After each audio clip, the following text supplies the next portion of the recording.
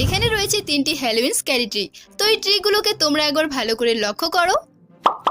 এবার তোমরা এই 3টি নম্বরের মধ্যে বলো এই ট্রিটি কত নম্বরের পিছনে রয়েছে। এখানে সঠিক উত্তর অপশন নাম্বার 3। এবার দেখো এখানে রয়েছে 4টি হ্যালোইন পাম্পকিন। এখন তোমরা এই 4টি পাম্পকিনকে একবার ভালো করে দেখো। এবার এই 4টি নম্বরের মধ্যে বলো তো এই পাম্পকিনটি কত নম্বরের পিছনে রয়েছে।